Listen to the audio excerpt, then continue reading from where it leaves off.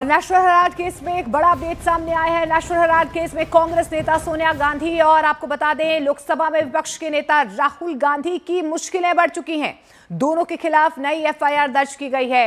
ये case Delhi police की economic office wing ने दर्ज किया है। आपको यह भी बता दें कि एफआईआर में सोनिया और राहुल गांधी के अलावा 6 और लोगों को 3 कंपनियों को आरोपी भी बनाया गया है। ये एफआईआर 3 अक्टूबर को ईडी की शिकायत पर दर्ज हुई है। ईडी ने अपनी जांच रिपोर्ट दिल्ली पुलिस के साथ शेयर की है। आरोप तो ये भी लग रहे हैं कि कांग्रेस से जुड़ी कंपनी एजेएल को धोखाधड़ी से अपने कब्जे में लेने के लिए क्रिमिनल कॉन्स्पिरेसी की गई है और इस पूरे मामले को लेकर बीजेपी ने कांग्रेस पर हमला बोला है। तो देखिए, बीजेपी की तरफ से सीधे तौर पर कांग्रेस पर हमला बोला गया है। उनकी तरफ से ये कहा गया कि कांग्रेस के डीएनए में ही भ्रष्टाचार है। इस पूरे मामले को लेकर अब एक नई एफआईआर दर्ज की गई है। राहुल गांधी और सोनिया गांधी के खिलाफ एक और एफआईआर इस पूरे मामले में दर्ज की गई है। दोनों पर आपराधिक साजिश के आरोप लग रहे हैं। ईडी की शिकायत पर दिल्ली पुलिस ने ये एफआईआर दर्ज की है। इसके अलावा आपको ये भी बता दें कि सोनिया गांधी और राहुल गांधी के अलावा 6 और लोगों को आरोपी बनाया गया है। आईएनसी का मतलब इंडियन नेशनल कांग्रेस नहीं, आई नीड चोरी, आई नीड करप्शन बन चुका है। जी हां, कांग्रेस का प्रथम परिवार सबसे भ्रष्ट परिवार है और जिस प्रकार से वो करता है भ्रष्टाचार, उसको लगता है यह है उसका जनसिद्ध अधिकार और कोई कानूनी कार्रवाई होती है तो वो चिल्लाता है अत्याचार अत्याचार और खेलता है विक्टिमहुड कार्ड। विक्टिमहुड कार्ड नहीं चलेगा, कानून अपना काम करेगा। आपने लूटा है तो लौटाना पड़ेगा।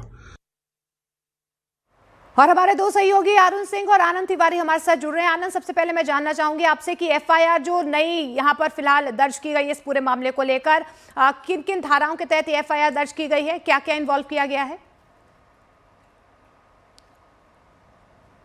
देखिए, नेशनल हेराल्ड को लेके ईडी ने पहले ही एक मनी लॉन्ड्रिंग का मुकदमा दर्ज किया था, जिस मामले में ईडी ने चार्जशीट जो है वो भी फाइल कर दी है। लेकिन ईडी की जांच में क्रिमिनल कॉन्स्पिरेसी का पूरा एक एंगल आया और उसके बाद ईडी ने एक अपनी रिपोर्ट जो है वो तैयार करी क्रिमिनल कॉन्स्पिरेसी की और उसके बाद दिल्ली पुलिस को ये रिपोर्ट साझा की गई, जिसके बाद दिल्ली पुलिस ने अक्टूबर के महीने में एक एफआईआर जो है वो इकोनॉमिक ऑफेंस विंग यानी ईओडब्ल्यू में दर्ज कराई, जिसमें कि 9 लोगों को आरोपी बनाया गया, जिसमें कि 3 ऐसी कंपनियां हैं जो यंग इंडिया प्राइवेट लिमिटेड, इसके अलावा एजीएल और एक कंपनी जो है उसको आरोपी बनाया गया, जिसमें एफआईआर में सोनिया गांधी, राहुल गांधी, सैम पित्रोदा, इन लोगों के नाम दर्ज हैं। इस एफआईआर में साफ तौर पे लिखा गया है कि कैसे 2 कंपनियों के बीच में जो वित्तीय लेन देन हुआ था उसमें भारी अनियमितताएं जो है वो पाई गई थी। बिल्कुल। और अरुण, अभी कांग्रेस खेमे में क्या चल रहा है इस नई एफआईआर को लेकर? बीजेपी तो हमलावर है, वो कह रही है कि कांग्रेस के तो डीएनए में भ्रष्टाचार है।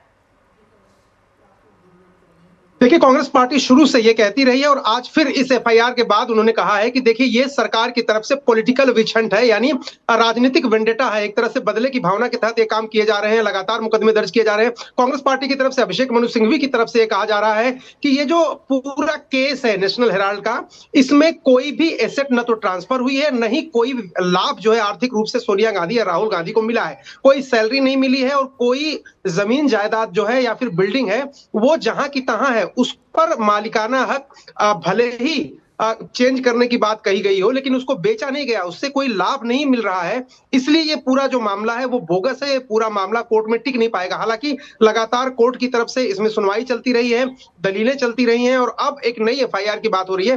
कांग्रेस की तरफ से कहा जा रहा है कि ये गांधी परिवार को परेशान करने के लिए एक तंत्र का दुरुपयोग कर रही है बीजेपी सरकार। तो ये लगातार आरोप कांग्रेस की तरफ से लगते रहे, जबकि बीजेपी और जो उसके प्रवक्ता हैं वो ये कहते रहे कि law will take its own course, कानून अपना काम कर रहा है और जो नए तथ्य सामने आ रहे हैं उसको लेकर के एफआईआर नई दिल्ली पुलिस से की गई है।